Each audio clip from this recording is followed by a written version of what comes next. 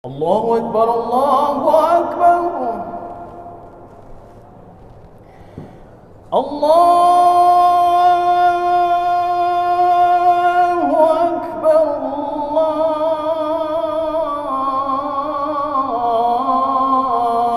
Jumlah orang umroh dalam tempo 1 tahun sama dengan jumlah orang yang naik haji, 200.000 orang.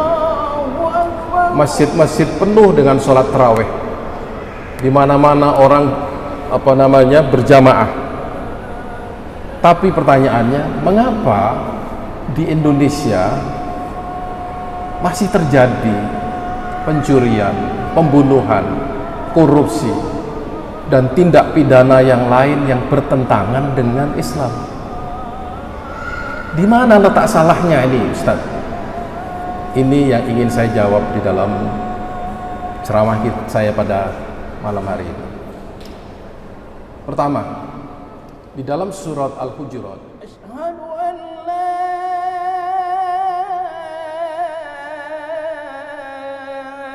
ilaha illallah.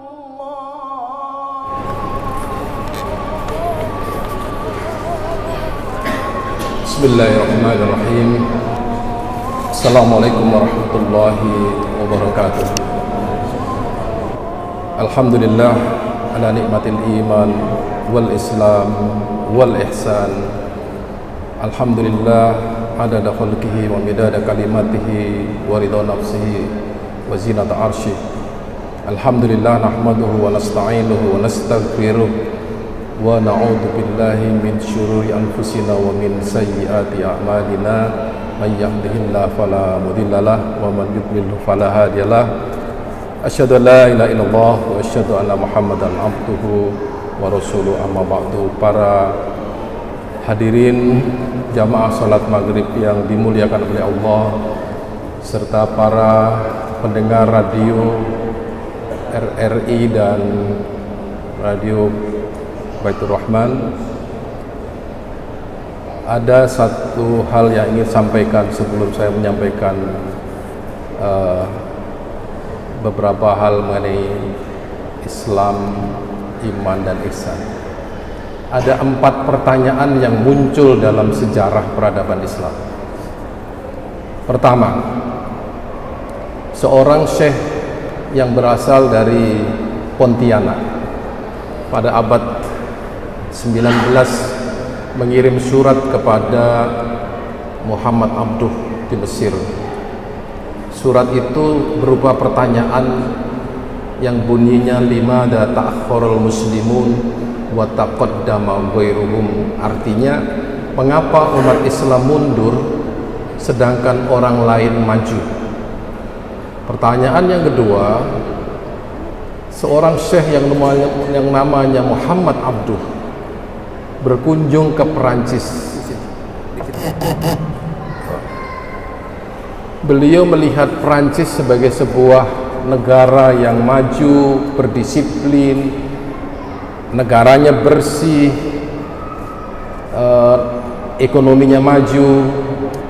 Beliau berkesimpulan bahwa saya melihat Islam di Perancis dan tidak melihat umat Islam. Kemudian beliau kembali ke negara-negara Arab dan menyatakan bahwa saya melihat umat Islam di negara-negara Arab tetapi tidak melihat Islam. Berarti apa yang disampaikan oleh Muhammad Abduh bahwa orang-orang non-muslim justru menjalankan ajaran Islam. Kebersihan adalah bagian daripada iman. Jujur, kerja keras adalah bagian daripada iman. Itulah yang dilakukan oleh orang-orang di Prancis pada waktu itu dan tidak dilakukan oleh orang Islam di negara-negara Islam. Pertanyaan yang ketiga, ketika Syekh Mutawalli Sya'rawi pergi ke Amerika, dia bertemu dengan seorang orientalis yang belajar Al-Quran, kemudian menyampaikan satu ayat yang berbunyi, walam yaj'alallah lil kafirina 'alal mu'minina sabila. Artinya bahwa Allah tidak akan sekali-kali memberi jalan kepada orang kafir untuk mengalahkan orang-orang mukmin. Sing orientalis ini kemudian menantang Syekh Mutawalli Sa'rawi. Dia mengatakan bahwa Quran Anda tidak benar, karena buktinya sekarang ini orang Islam dikalahkan oleh orang-orang non-muslim, ekonominya, politiknya, sosial budayanya, pendidikannya. Apa yang ingin Anda jawab? Pertanyaan nanti kita akan jawab. Yang keempat, ya, saya pribadi ditanya oleh seorang wartawan senior yang menjadi penyiar radio Australia yang bernama Noim Hayat. Beliau tinggal di Australia. Suatu ketika di bulan puasa dia pulang ke Indonesia, kemudian menyaksikan betapa meriahnya bulan puasa di Indonesia. Ribuan orang pergi umroh. Jadi di Indonesia ini jumlah orang umroh dalam tempo 1 tahun sama dengan jumlah orang yang naik haji, 200.000 orang. Masjid-masjid penuh dengan sholat tarawih, di mana-mana orang berjamaah. Tapi pertanyaannya, mengapa di Indonesia masih terjadi pencurian, pembunuhan, korupsi, dan tindak pidana yang lain yang bertentangan dengan Islam? Di mana letak salahnya ini, Ustaz? Ini yang ingin saya jawab di dalam ceramah saya pada malam hari ini. Pertama, di dalam surat Al-Hujurat, orang-orang Arab itu datang kepada Rasulullah, diceritakan di situ. Orang ini datang kepada Rasulullah untuk meminta makanan yang dibagikan oleh Nabi. Kemudian orang ini berkata, kami sudah beriman ya Rasulullah, berilah bagian kepada kami. Akhirnya turun ayat ini yang berbunyi, qalatil a'rabu amanna. Orang-orang Arab Badui itu mengatakan, kami sudah beriman. Qul, ini perintah Allah kepada Nabi Muhammad, jawablah ya Muhammad, lan tu'minu walakin qulu aslamna walamma yadkhul iman fi qulubikum. Katakan ya Muhammad, kamu sudah berislam tetapi belum beriman, ataupun iman belum masuk ke dalam hati kalian. Ini menunjukkan bahwa ternyata ada orang yang berislam tetapi belum beriman. Makanya Mutawalli Sa'rawi tadi ketika ditanya oleh orientalis itu, dia jawabnya, kamu ngerti nggak bedanya iman dengan Islam? Bingung orang orientalis itu. Apa itu bedanya? Di situ kamu harus belajar Islam. Ternyata jawabannya ada di dalam surah Al-Hujurat, ya, qulu aslamna walam ma yadkhulul iman fi qulubikum. Anda berislam tapi belum masuk ke dalam iman, atau iman belum masuk ke dalam diri kalian. Berarti Bapak Ibu sekalian yang dirahmati Allah, kita di dalam perjalanan ini perlu bermuhasabah, ya, bermuhasabah. Usikum wa iyaya bittaqullah. Bermuhasabah artinya pertama bahwa berislam itu ada tingkatannya.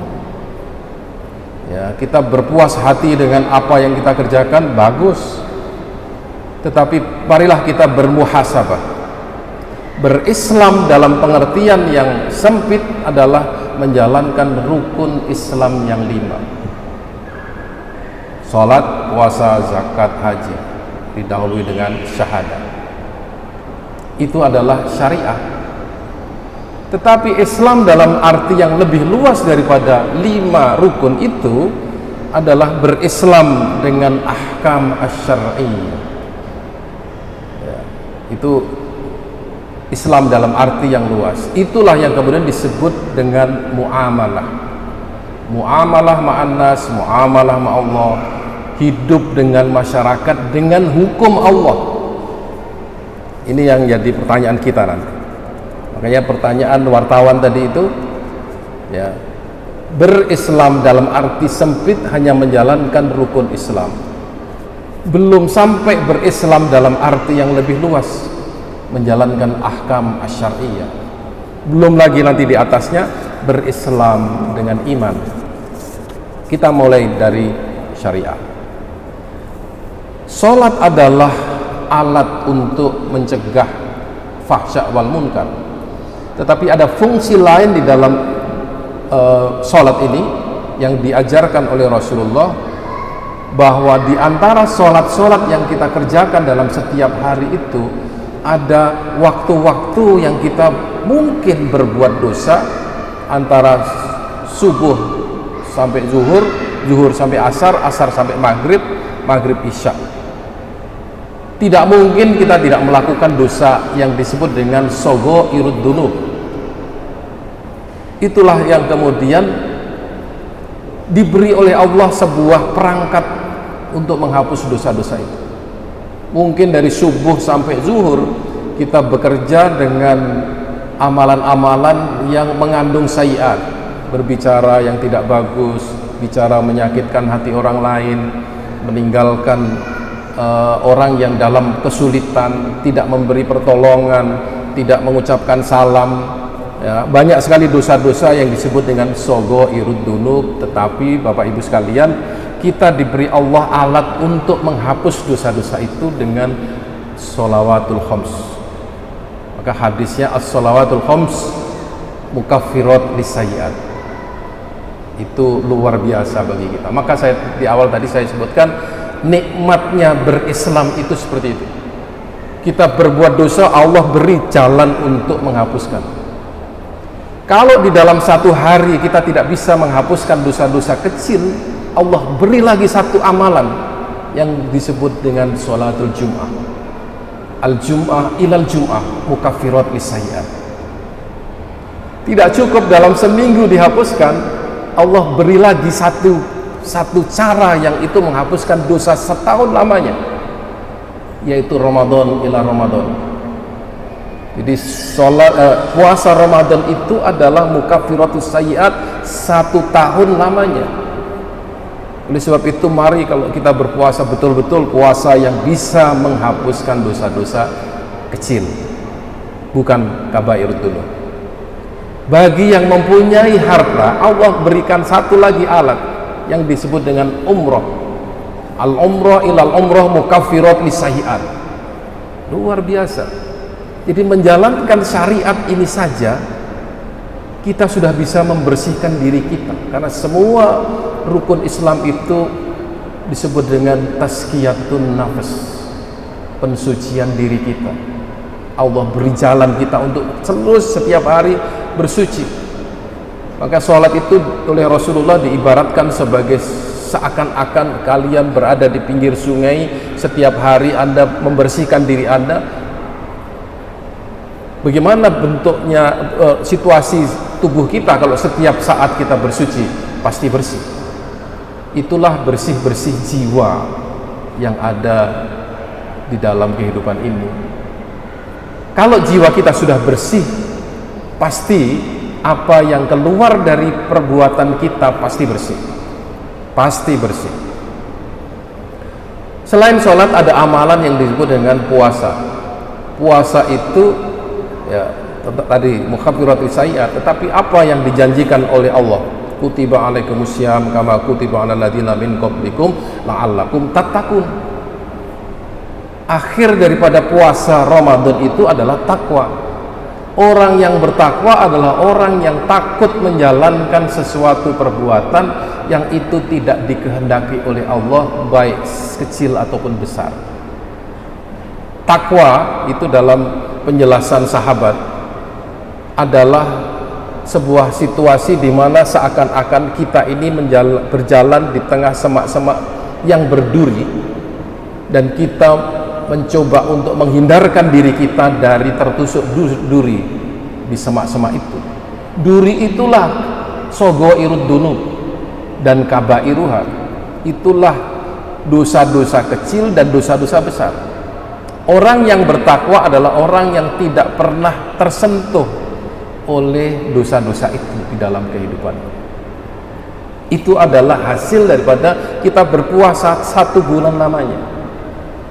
Kita bayangkan bagi orang-orang yang berpuasa Senin Kamis, sudah puasa ditambah Senin Kamis, ditambah lagi puasa Arafah yang kita jalankan kemarin itu juga mukaffirat lisayyi'at.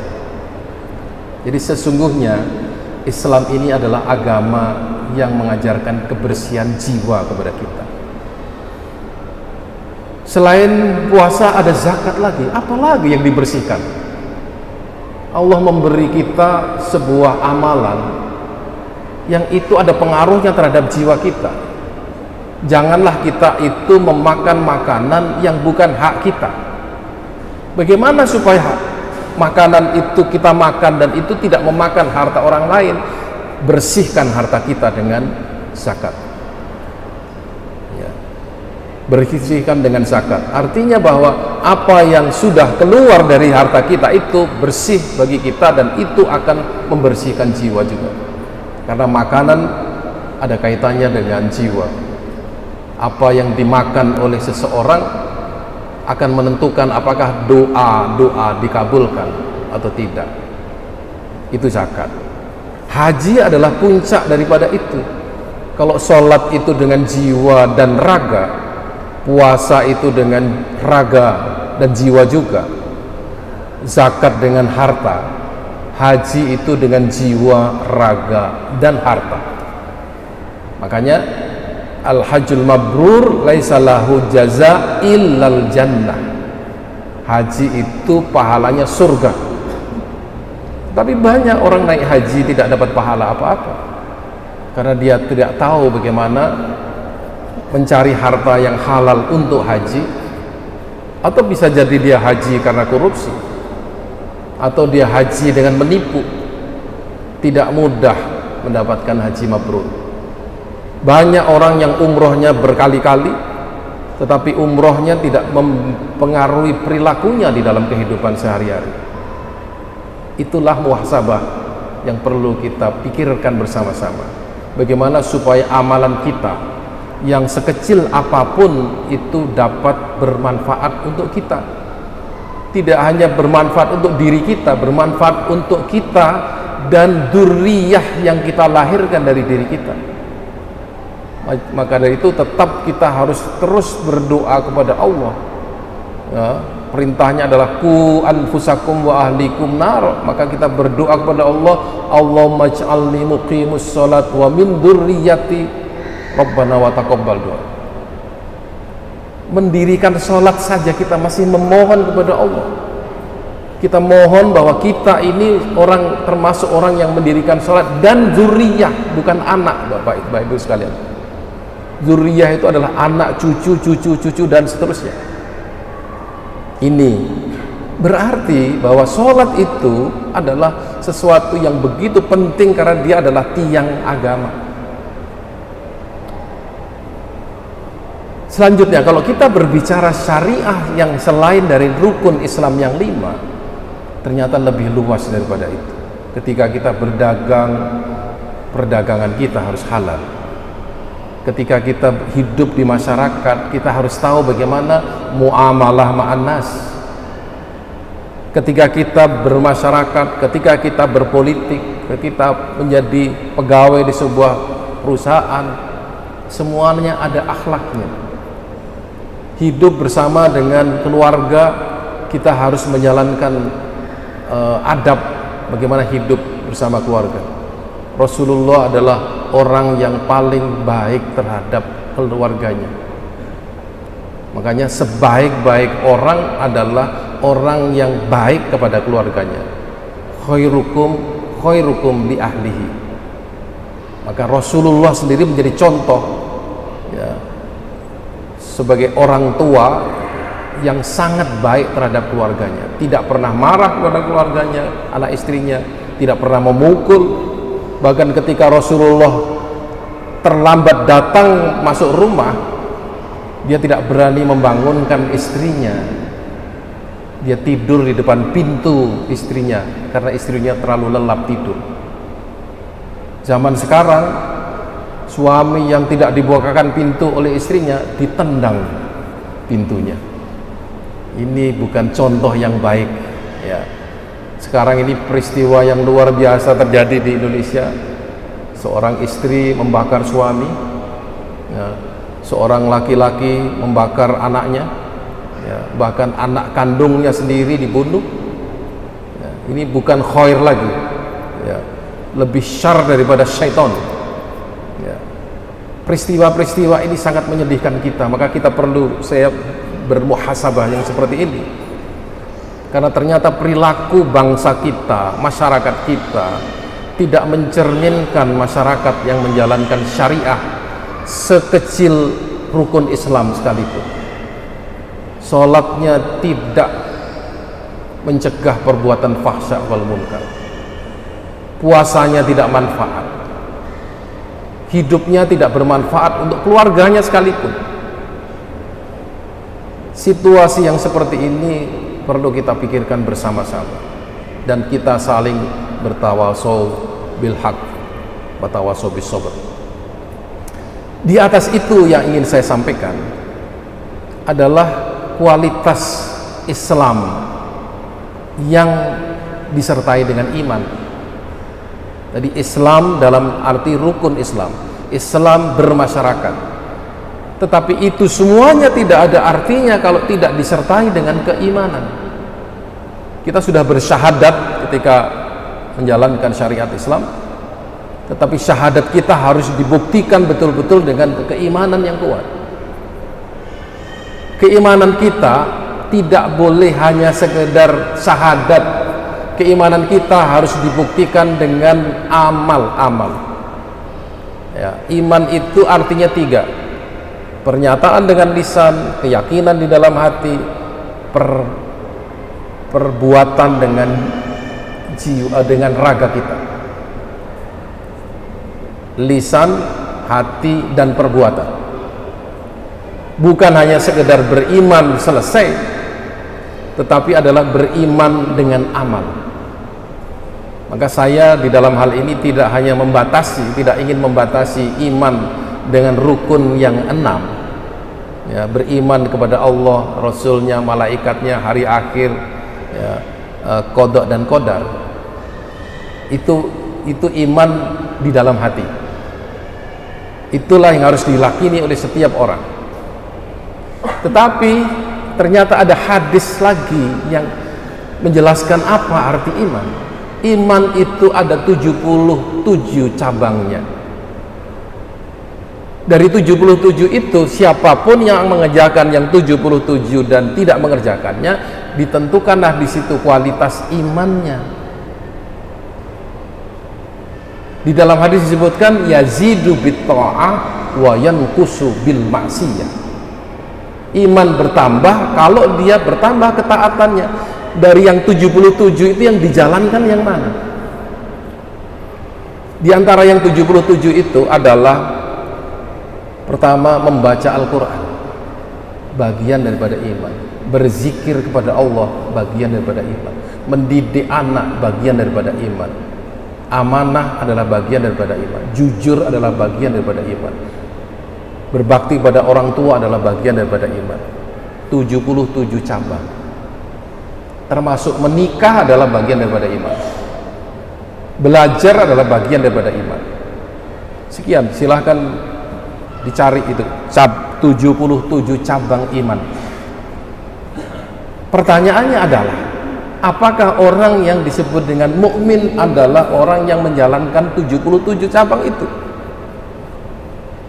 Masih ada orang yang mengklaim dirinya, saya mukmin, tapi saya tidak suka saudara saya muslim yang itu ya. Saya tidak mau bersaudara dengan dia begini. Itu bukan tingkatnya orang mukmin. Karena apa? Quran jelas menegaskan innamal mu'minuna ikhwatun. Orang mukmin itu berukhuwah terhadap sesama muslim, kita bersaudara. Anda bisa bayangkan, ini konsep di dalam Islam yang tidak ada di dalam agama lain, bahwa orang satu darah, hubungan darah disebut bersaudara, orang satu iman disebut dengan bersaudara. Saya tidak setuju dengan ukhuwah watoniyah. karena tidak ada di dalam Al-Quran. Ya, bersaudara sesama warga negara, saya tidak menemukan itu di dalam Al-Quran. Ya. Tetapi kita tetap mempunyai kewajiban supaya kita baik terhadap sesama warga negara, tapi tingkatannya bukan ukhuwah, bukan bersaudara. Ya. Sesama manusia, betul. Ini yang perlu kita sampaikan.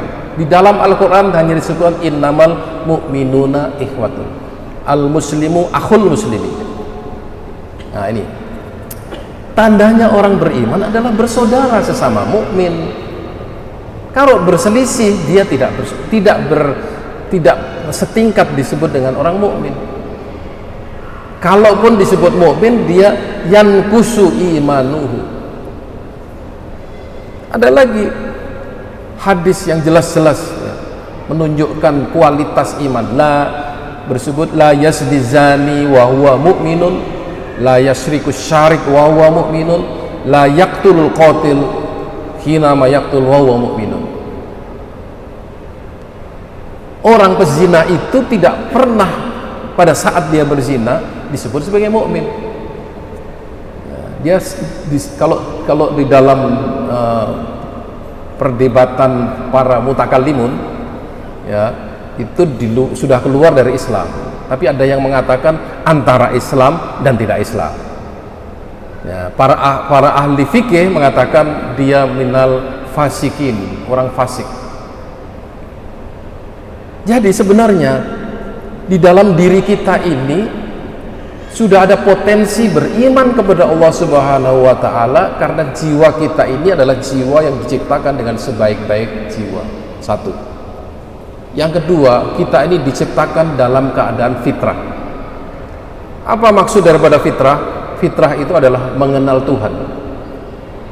Ya, dalam surat Al-A'raf disebutkan alastu birabbikum bala syahidna. Berarti di dalam alamul arwah kita ini sudah mengatakan bahwa Allah adalah Tuhan kita. Begitu kita lahir, maka kondisi kita adalah kondisi di mana kita mengakui Allah sebagai Tuhan. Itulah yang disebut dengan fitrah. Ketika seorang lahir, membesar, belajar, mendapatkan pendidikan orang tua dan pendidikan yang lain-lain, maka di situ imannya bertambah. Ya, fitrah itu tidak cukup. Semua manusia muslim atau non muslim lahir dalam keadaan fitrah.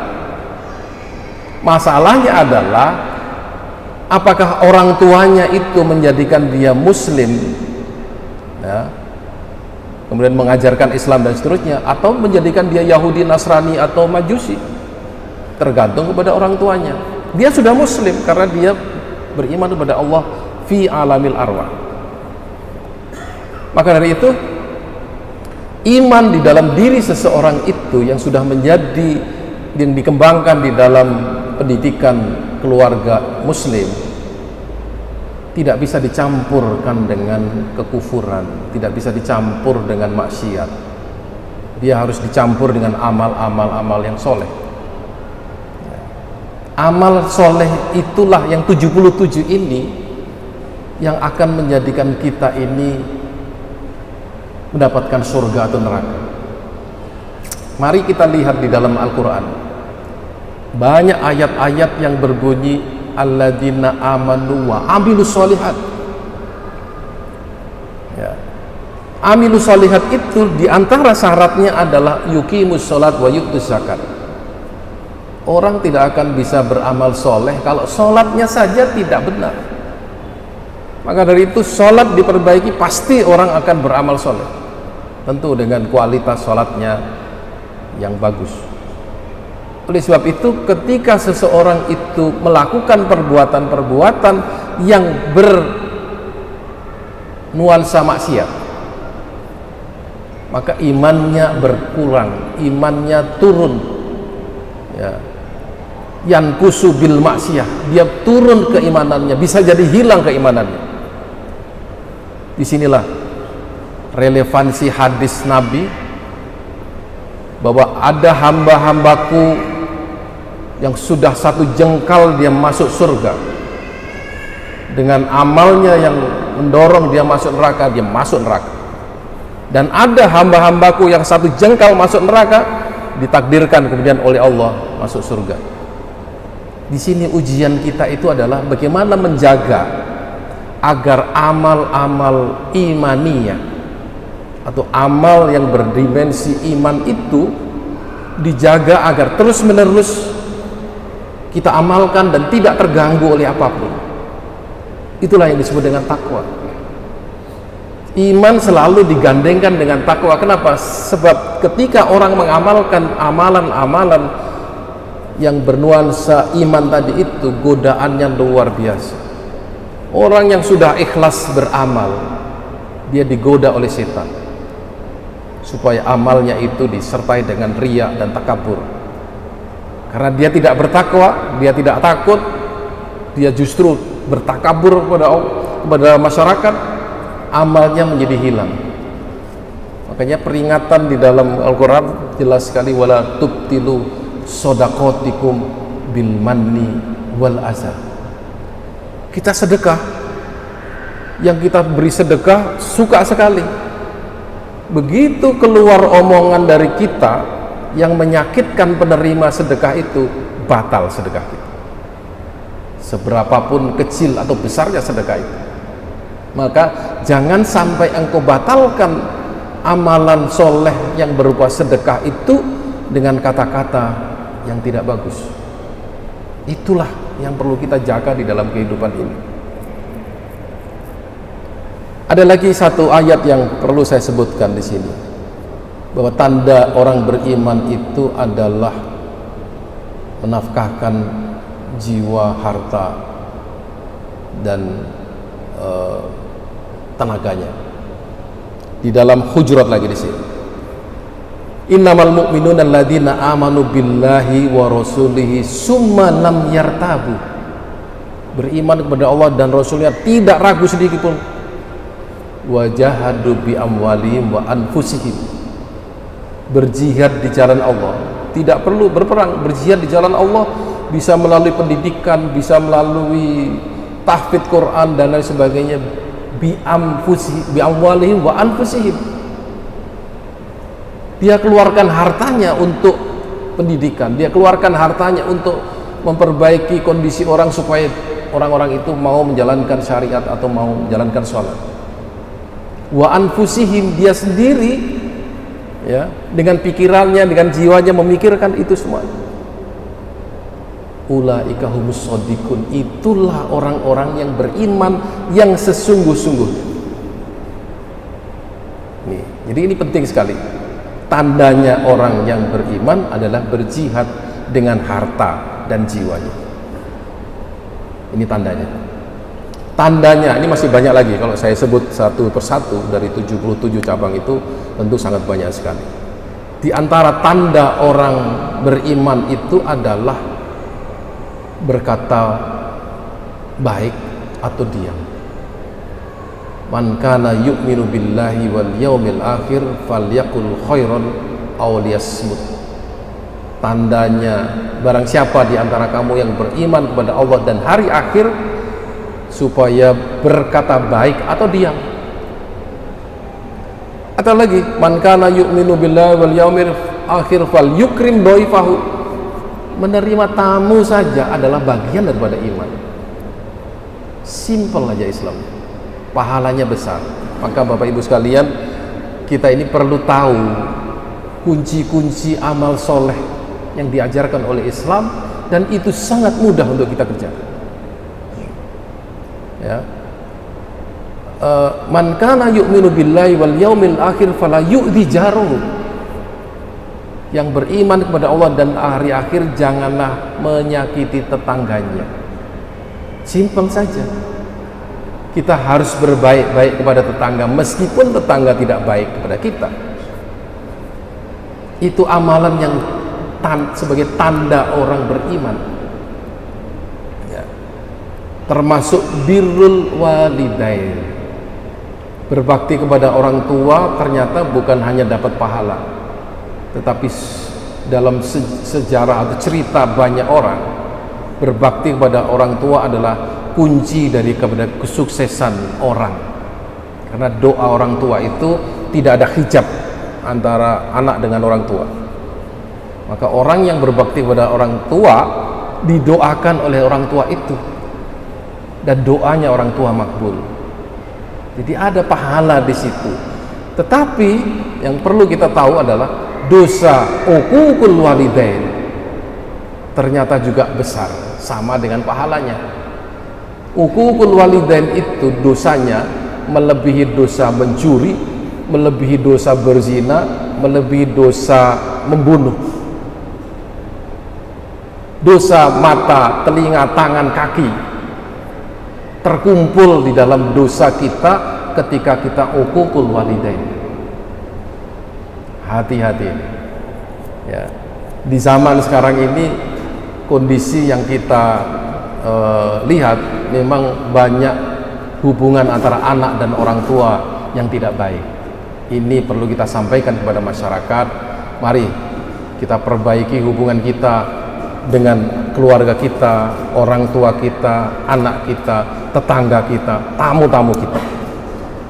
Ini amalan yang sederhana yang bisa saya sampaikan.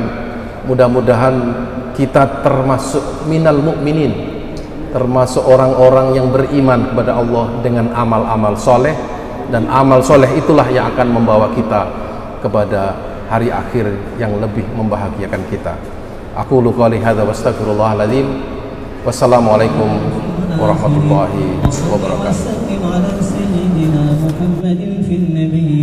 وصل وسلم على سيدنا محمد في المرسلين وصل وسلم على سيدنا محمد في الملأ الأعلى إلى يوم الدين وصل وسلم على سيدنا محمد وعلى آله وصحبه أجمعين. ولقد أشروا لنعت من أوصافه تحيي القلوب تهيج الأشجانا والله قد أثنى عليه فما يساوي القول منا أو يكون ثنانا لكن حبه في السرائر قد دعا لمديح صفوة ربنا وحدانا وإذ امتزجنا بالمودة ها هنا نرفع أيدي فخرنا ورجانا للواحد الأحد العلي إلهنا متوسلين بمن إليه دعانا مختاره وحبيبه وصفيه سيد الوجود به الإله حبانا يا ربنا يا ربنا يا ربنا بالمصطفى اقبلنا أجب دعوانا أنت لنا يا ذخرنا في هذه الدنيا وفي أخرانا أصلح لنا الأحوال واغفر ذنبنا ولا تؤاخذ رب إن أخطانا واسلك بنا في نهج طه المصطفى ثبت على قدم الحبيب خطانا أرنا بفضل منك طلعة أحمد في بهجة عين الرضا ترانا واربط به في كل حال حبلنا وحبال من ودى ومن والانا والمحسنين ومن أجاب نداءنا وذوي الحقوق وطالبا أوصانا والحاضرين وساعيا في جمعنا ها نحن بين يديك أنت ترانا ولقد رجوناك فحقق سؤلنا واسمع بفضلك يا سميع دعاءنا